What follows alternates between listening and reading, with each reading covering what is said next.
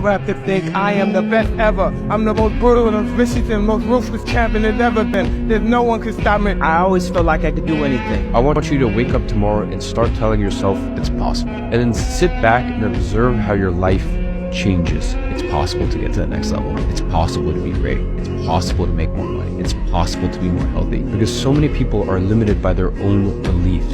If you're taught you can't do anything, you won't do anything. I was taught I could do everything. I'm going to win. As a man thinketh, so is he. You have to want it. So whatever you're thinking about, that's who you will become. You have to want to be better. It's on you. Anything you want, you can get. But you gotta be willing to take the hits. You're the one. Go out there, make something of yourself. First, you need to believe you can do it, and then you'll only see it manifest in your life. Think you can, and you can. And when you realize that, well, I'm telling you, you're gonna be very powerful. Because you can control what you can control. The world is in your hands. And we just wait to see what you're gonna do with it.